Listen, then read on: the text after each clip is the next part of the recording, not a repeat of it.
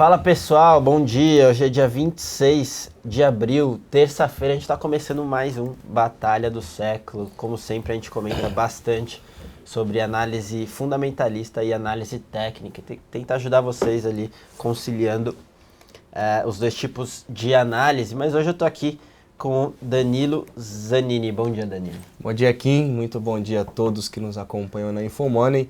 Espero que vocês tenham um bom programa e fiquem à vontade para mandar sugestões, pedir a análise, seja ela fundamentalista ou técnico, no nosso chat, e a gente vai comentar com vocês as principais variações e o cenário que a gente tem para hoje. Muito bom dia, Kim. Bom dia, Danilo. É isso aí, pessoal. Então enviem suas perguntas, a gente vai coletando aqui e comentando ao longo do programa, mas como sempre, a gente sempre tenta dar um panorama geral do que está acontecendo aqui no Brasil e mercado internacional também, para depois a gente entrar nos índices e aí sim entrar nos papéis. Então um pouquinho de top-down aí. Começando com o cenário externo, né? De novo, essa semana tem dois eventos importantes. A gente tem a reunião do Fed e também reunião do Banco Central japonês, o pessoal esperando aí algum tipo de sinalização com relação a estímulos.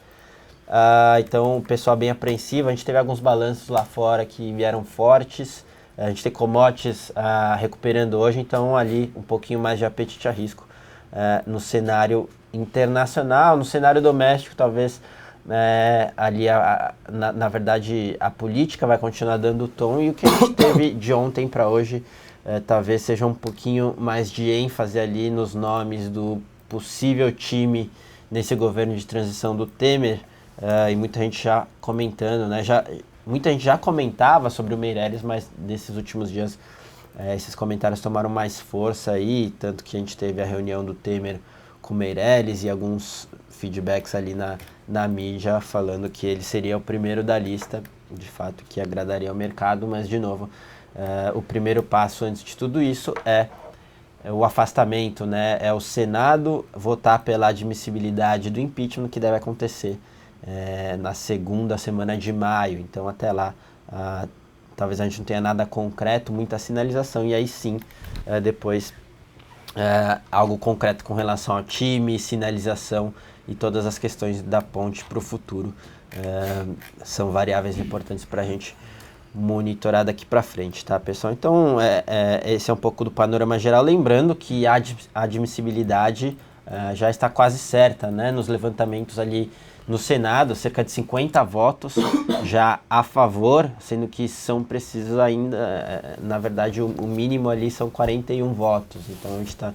com uma margem bem larga, então é só questão de timing aí para esse primeiro passo, né? Lembrando que depois a presidente afastada tem 180 dias para análise do mérito e aí sim votação no plenário do Senado, 2/3 para de fato concretizar o impeachment, tá, pessoal? Então é um pouco disso que a gente tem para hoje, e vou passar direto agora para o Danilo falar um pouco do índice. Ele vai comentar um pouco da parte técnica do índice, depois eu falo um pouquinho de fundamento. Vai lá, Danilo.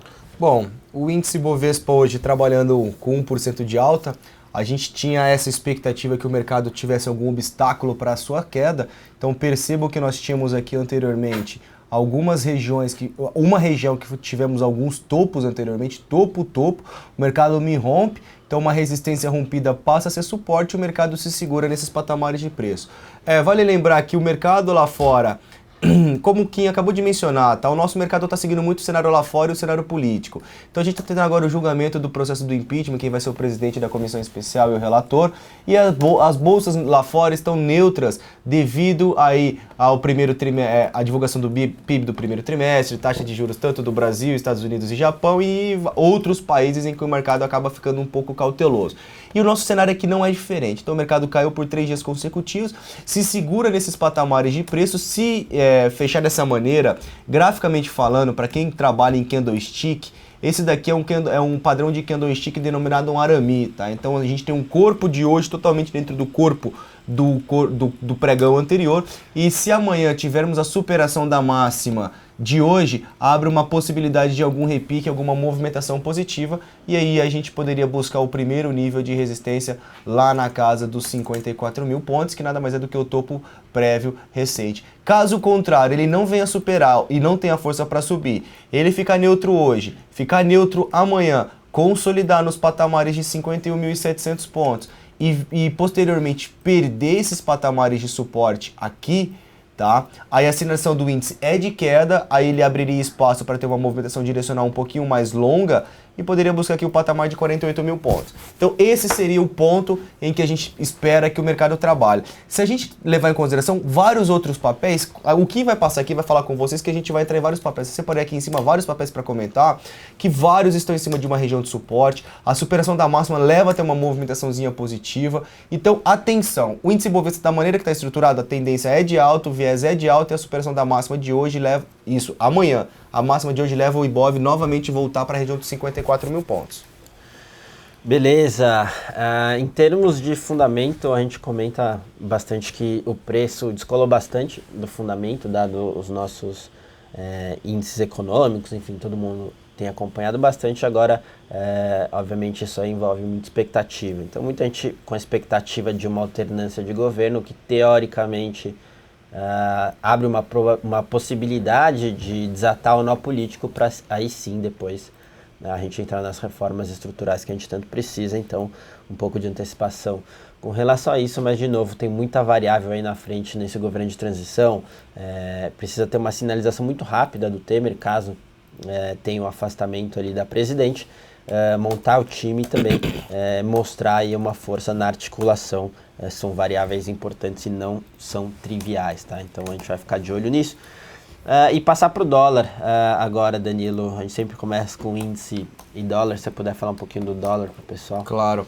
O dólar está muito consolidado nesses últimos dias, sem uma movimentação clara para quem opera, principalmente day trade, sabe como ele está com um movimento menores do que o convencional. Eu vou colocar o gráfico aqui para vocês, só para a gente ter uma base de como o mercado vem trabalhando. Primeiramente, gráfico semanal. A gente segue com aquele viés de baixa, o dólar trabalha dentro de um canal de baixa, que foi estabelecido ligando a linha superior e essa linha inferior. Vale lembrar que o dólar ainda não perdeu o patamar de 3,50, que a gente acredita que é um ponto bem importante, 3,50. Foi justamente onde que o Banco Central se posicionou muito com o swap reverso.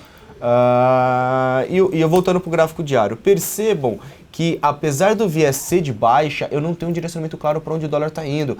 Então ele ficou esse patamar aqui de 3,50, 3,50, entre 3,500, 3,500, 3,600 aqui é um ponto que o dólar vem trabalhando nos últimos dias. Então o que a gente tem para fazer? No momento a gente vai ficar de olho em 2 pontos, tá?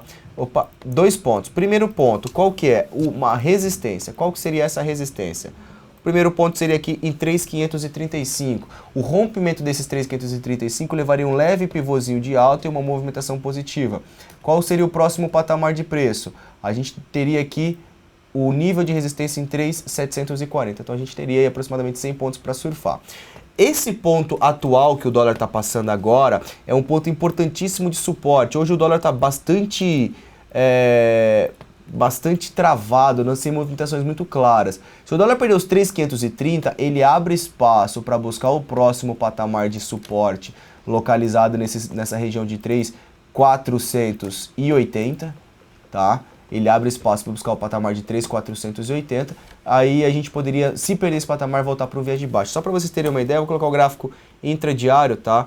O dólar está trabalhando aí aproximadamente 2 horas sem muita oscilação no patamar de 3,535, 3,536 sem oscilar muito desses patamares. Então a gente tem um viés de baixa, porém a superação de 3,640 pode levar uma movimentação positiva e levar o dólar lá para a região de 3,75, 3,80 no curto prazo. Beleza, emendando aqui um comentário do SMP para você, falando do dólar ainda, se o dólar quebra o suporte correspondente ao menor nível desse ano. Não sei se você comentou disso, mas enfim, ser um pouco mais específico. Olha, voltando aqui no gráfico, esse SMP, eu acredito que pode perder sim, tá? Mas aí vão outras variáveis que a gente tem que levar em consideração. Como o mercado vai reagir perante a saída da Dilma? Então, assim, tanto a nossa área de análise por fundamento quanto por gráfico, é o que eu acredito também. O dólar deve ficar nesse patamar de 3,50, 3,45, é o ponto em que o mercado tende a ficar. Tem como perder? Tem. Porém, eu não acredito que ele venha perder esses patamares de preço. Tem uma movimentação de queda bastante intensa, tá?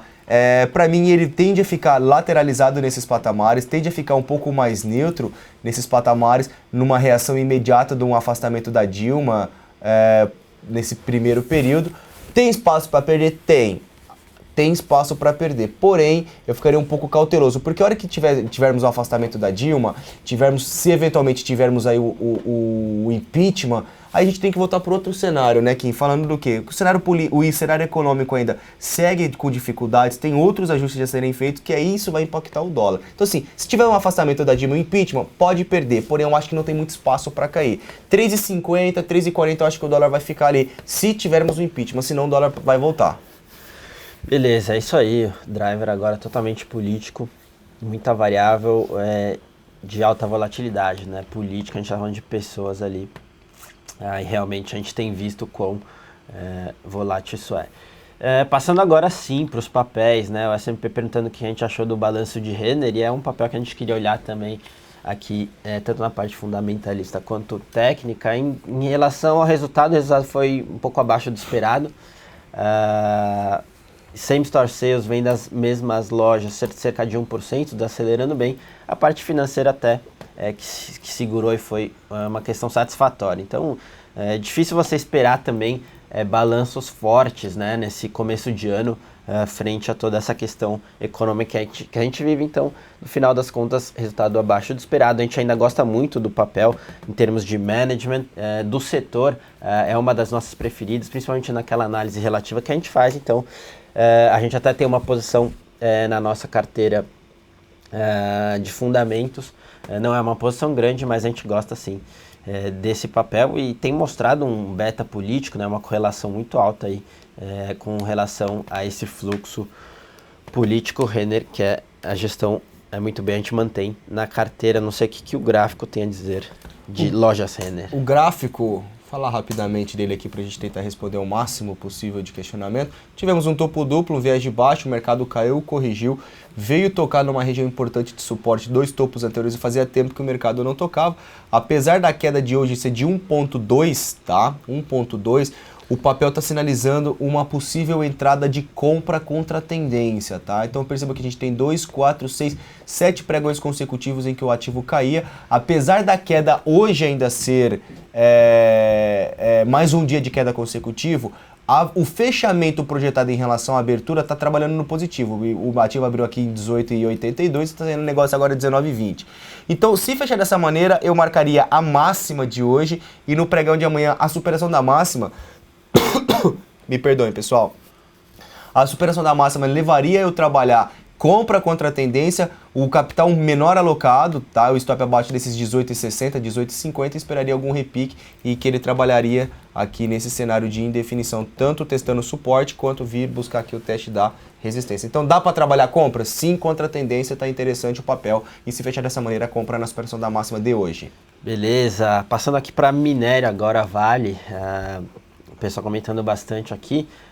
Bom, Vale performou bem nesse início de ano, nesse primeiro trimestre, muito por conta da volta das commodities, né, minério de ferro, enfim, é uma recuperação ali, até uma expectativa um pouquinho melhor lá na China, principalmente na parte de construção. Agora a gente entende, pelo menos na nossa visão, que não tem uma mudança ali de tendência para preço de minério, é mais uma questão pontual, já que o estrutural ainda é uma China desacelerando, ela mudando o seu perfil de crescimento, de investimento em infraestrutura para consumo. Isso teoricamente tende a já dar uma desaceleração, e também muita capacidade entrando pela própria Vale ali nos próximos anos. Então a gente ainda fica fora, principalmente porque o valuation não está uma barganha para Vale. Se puder dar uma olhada no gráfico. Graficamente, eu acho que a gente tem que ter um ponto de atenção, tá? Mostrar o gráfico para vocês. A gente tem o terceiro dia consecutivo de queda para Vale e ela acumulou uma desvalorização aqui na casa de 18%. Esse é um tipo de movimento que eu gosto de pegar, tá? Média de 21 períodos, próximo, o ativo veio testar um fundo anterior e está tentando configurar um candle de reversão martelo, tá? Para quem tem um perfil mais arrojado, é um ponto para começar já a procurar opção de compra, call esperando um possível repique, devido à desvalorização de 17%. Estou falando curto prazo, tá, pessoal? Comprar hoje para sair no final da semana, sexta-feira, sair no começo da semana que vem. Porém, ele tem um espaço para buscar ainda os 13 e 14, que é a minha média de 21 períodos. Hoje, dependendo como a Vale fechar e como ela se comportar, nós da Arena do Investidor iremos procurar alguma opção de compra já para tentar esperar esse novo repique, tá? Então eu tomaria cuidado com vendas agora em Vale, que ela já caiu muito forte nos últimos 3 pregões, quase 20%, e veio tocar no patamar de preço. Perceba, quando ela tocou aqui, ela subiu. Tá? Então é uma referência de preços muito importante. Logicamente que o cenário ideal seria na superação da máxima de hoje. Lembrando que o minério caiu na casa de quase 5% nesse último pregão, na madrugada lá na Ásia. Beleza, agora tem um papel interessante que até o Danilo tinha comentado antes da gente começar o programa, que é IOSP. E o pessoal falando, né, comentando o que a gente acha do papel, e o Topo tá comentando que o fundamento ainda é ruim, mas graficamente está perguntando se não está dando compra. É uma questão bem interessante. Realmente, em termos de fundamento, a gente não gosta, é uma empresa muito alavancada. Teve um rally ali, muita gente comentando que esse foi um rally político, com visão um pouco mais na frente de mudança com relação à economia, etc. Mas lembrar que ela tem uma posição forte no mercado externo. A gente está vendo essa pressão no dólar, então a gente até ouviu de alguns gestores ali que depois desse rally, teoricamente eles seriam short no ativo. Enfim, a gente não tem uma visão radical, mas a gente não gosta, e acho que esse rally também foi um pouco exagerado, mas de fato o gráfico pode até estar dando uma compra, né, o Danilo? Sim. O que você tem a dizer? Tá bem interessante, porque o único problema, entre aspas, assim, que é a liquidez do papel, que é um pouco menor, né? Mas vou mostrar o gráfico aqui para vocês. A gente tem uma linha de tendência de alta trabalhando no papel. Perceba que ele tem um viés de alta, a tendência do curto prazo é de alta, ele rompe essa resistência, volta a testar como uma região de suporte. Então o que eu tenho aqui? Linha de tendência de alta, topo anterior que era uma resistência servindo como suporte, e eu tenho aqui agora um candle de indefinição, um doji que foi formado ontem e hoje está superando a máxima. É um ativo que chama minha atenção para uma compra no curto prazo. O stop imediatamente tem que estar abaixo do patamar desses 13,60 e há a possibilidade dele retomar seu movimento direcional de alta. Qual que seria o alvo? Aqui na casa de 16,50, 16,70, que é esse topo prévio anterior, mas isso aqui é uma seleção que ele abre espaço para retomar o seu movimento positivo. Beleza, e mantendo aqui num setor um pouco correlacionado, a gente tem pergunta no setor siderúrgico. Vou tentar ser breve aqui, mas a pergunta foi sobre Usiminas e Goal 4. De novo, a gente não gosta, saiu o resultado de Usiminas, a parte de siderurgia doméstica muito ruim ainda, né? Nesse primeiro trimestre, uma queda bem forte, tanto em termos de volume quanto receita. A alavancagem continua muito alta, eles fizeram recentemente um aumento de capital, deu um alívio ali, mas muito pontual, né? A gente viu uma dívida ali de cerca de 6 bi, com o EBITDA nos últimos 12 meses negativo. Então, talvez dê um alento ali, porque eles vão conseguir rolar a dívida, mas ainda não vai resolver a fatura, principalmente com esses dados operacionais que continuam ruins. Esse é o caso de Usiminas. Gerdau talvez esteja um pouquinho melhor posicionada por conta de cenário externo, exposição a Estados Unidos, mas também não é um call nosso, a gente prefere ficar fora ali das siderúrgicas. Se você puder dar uma olhada rápida ali, Usiminas e Goal 4, que foi a pergunta do pessoal. Usiminas então tem um viés positivo, tá? Faz um candle comprador em cima de uma região de suporte. A superação da máxima de hoje sugere a retomada de uma pressão compradora. Claramente que se o ativo perder aqui os 2,20, a sinalização não é nada positiva. Ele abre espaço para um pivôzinho de baixa no curto prazo e, consequentemente, ele tem uma movimentação direcional de alta. Então, ficaria de olho na superação da máxima de hoje. Goal 4. Goal 4 é um ativo também que chama a nossa atenção. Vou aproveitar aqui, se puder inventar já na GGBR, mas ela caiu aqui bem, faz um candle de indefinição. A superação da máxima de hoje também leva uma movimentação positiva, como a perda da mínima de hoje em 2,60 ele me configura um pivô de baixo, uma sinalização de queda. Vou falar aqui de GGBR, por quê? Papel bastante correlacionado, tá? O ativo caiu bem, me faz um martelo em cima de uma região de suporte. Percebam que eu tenho aqui um nível de resistência, que foi testado anteriormente, agora é um suporte. Então a superação de GGBR na máxima de hoje leva uma movimentação positiva, o que também pode ter uma movimentação positiva para Goal 4. Beleza, partindo para um setor totalmente diferente, pessoal apertando de Kroton. Kroton talvez do setor de educação é a nossa preferida, por conta de management. A gente está num momento de incerteza, principalmente com relação à inadimplência, que deve bater um pouco mais forte ali ao longo desse ano e no ano que vem, por conta do FIES também e obviamente a retração econômica afeta ticket médio e captação. De novo, a gente está fora do setor, mas se tivesse que ter uma empresa, a gente teria a Kroton sim, que é um belo management e é onde você quer estar num momento de dificuldade econômica que a gente passa, tá, pessoal? Então, ficaria fora das demais. E é até legal, Danilo, se você pudesse fazer uma análise para quem está no papel, que é o caso dele, né? E não quem vai entrar. Tá. Olha, se você está no papel, a sugestão é manter o papel, ainda mais encarteirado. O Kim já deu os argumentos fundamentalistas que acreditamos, assim, num cenário positivo para o papel, e graficamente também ele mostra que ele tem espaço para continuar seu movimento de alta. Então eu vou comentar aqui o gráfico. Primeiramente, o que a gente tem aqui em Kroton, tá? A gente tem aqui um viés de alta, o ativo tem uma linha de tendência de alta. Ontem já mencionamos um ponto de entrada. Ele mencionou qual que era a entrada dele ou não? Não. Não, né? Tá. Então assim, ele ontem me fez um candle de indefinição, superação da máxima leva a continuidade do movimento. Então o primeiro ponto que eu vejo como Kroton aqui no curto prazo é a região de 12,70. Abre espaço para buscar os 12,70 e posteriormente a gente vai ter um alvo aqui na casa de 13,50. Então mantenha a sua operação. Eu acho que o ideal é você ajustar o seu stop para cada fundo que o ativo for fazendo. Então, primeiramente, deixa o seu stop aqui na casa de 11,70 e vai subir na medida que for o mercado romper eventualmente esses 12,70. Você ajusta o seu stop um pouco abaixo desses 12,70 e vai manter uma distância aí de aproximadamente 4%, de 4 a 5% para a cotação atual, e deixa o ativo subir, porque sim, há espaço para Kroton desempenhar uma movimentação positiva, e principalmente se ele romper esses 12,70. Rompendo esses 12,70, um alvo bem mais longo, logicamente que a gente está falando num médio prazo, seria lá na casa de R$ 17,50, um upside bem interessante aí. Beleza, e o Ítalo aqui tá parabenizando o Danilo pelo evento de ontem, né? Vocês fizeram um webinar ontem, acho que é até legal falar que bastante gente assistiu, enfim, o pessoal tá parabenizando ali por todo o conhecimento que vocês disseminaram ontem. Ah, legal. E obrigado pelo feedback. E hoje pela manhã a gente já teve outra reunião com a Infomoney, tá? Provavelmente a gente vai voltar com outro evento amanhã. Tá? Se você está inscrito, você vai receber outro evento e vai ser um evento bem mais bacana, com mais informações para poder passar para vocês. Obrigado aí pelo feedback e obrigado pelo prestígio. Boa, então pessoal, fiquem ligados aí. Voltando aqui para nossa pauta, falar de BR Malls. BR Malls é um ativo interessante que tende a se beneficiar do fechamento da curva de juros, tanto que o fez aí recentemente junto com o Multiplan.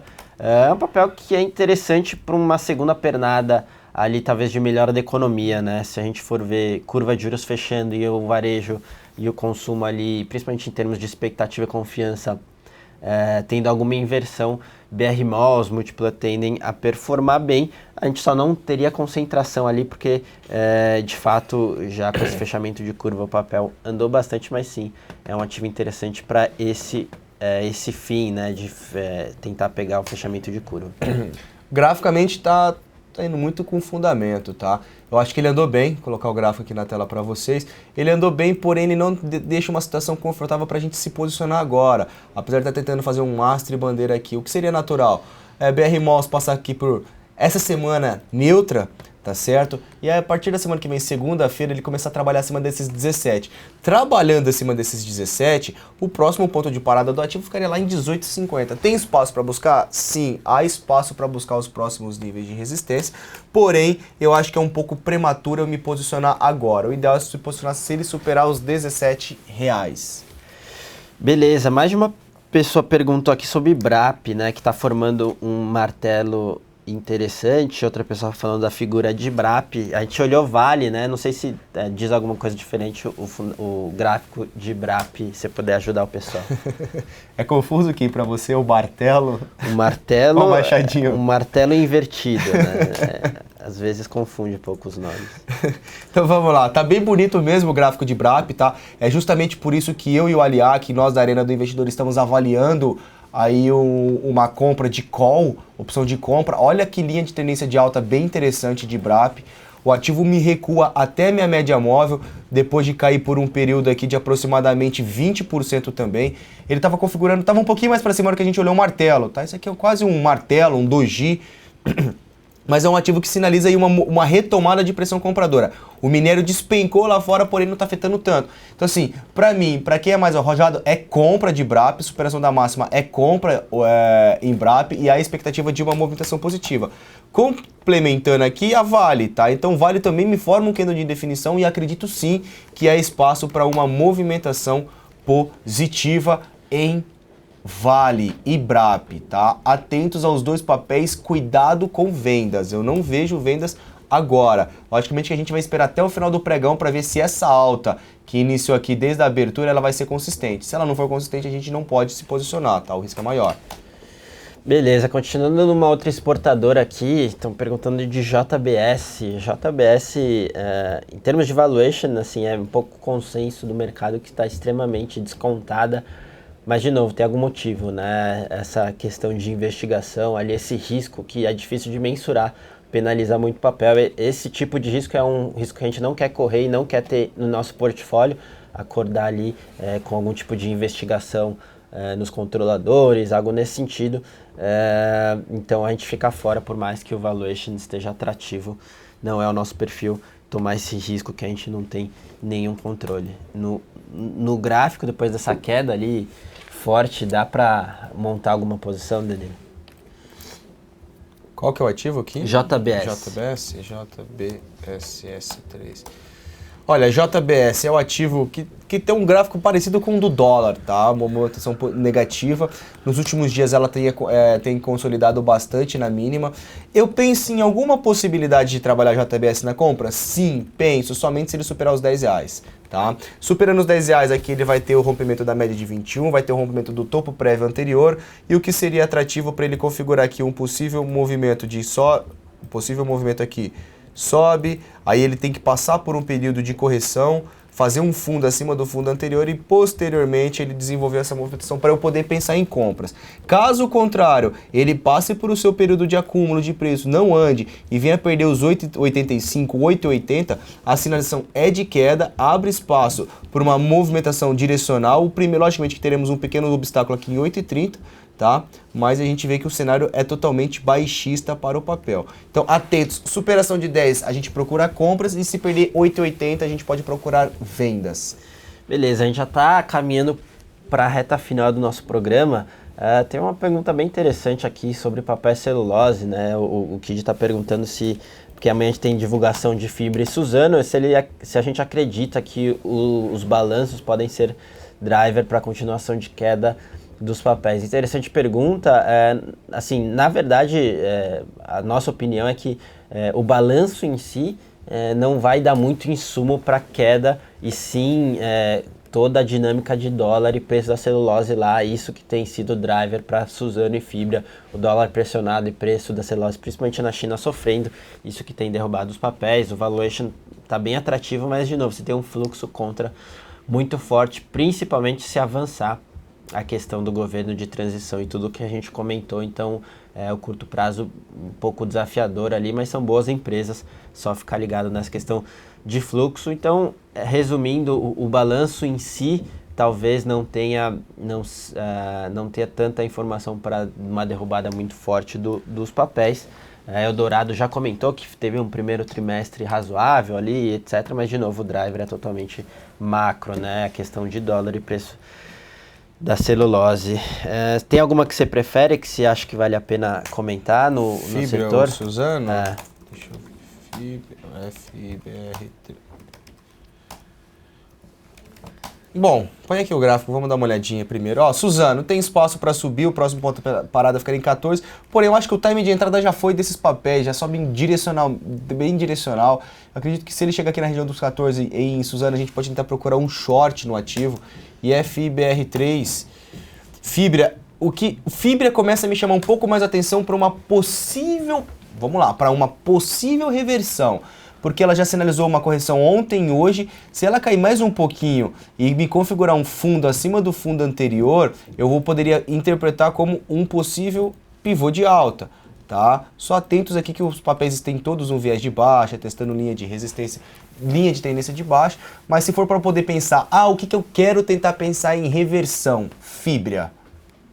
Beleza, e continuando nesse mesmo setor, e já engatando aqui na pergunta do Lindomar, se comentar de Klabin, na verdade Klabin talvez no momento atual, nesse curto prazo, seja a nossa preferência, porque ela tem mais exposição ao mercado interno e com toda essa inversão de expectativa possível ali, por curto prazo ela pode performar melhor no relativo. Então, Klabin, que sofreu bastante, está bem interessante ali, com todo esse projeto Puma entrando em operação e diversificando os negócios. É uma posição interessante, só não teria muita concentração, mas talvez no curtíssimo prazo possa outperformar as demais na Klabin. O que você está olhando de Klabin? Klabin, ela caiu bem de novembro para cá, vou colocar o gráfico aqui para vocês acompanharem, porém ela está em cima de uma região de suporte importante. Atentos ao gráfico semanal, que o ativo já me configurou um doji, me fez um candle comprador, e se superar a máxima da semana passada, a gente está falando aqui os patamares de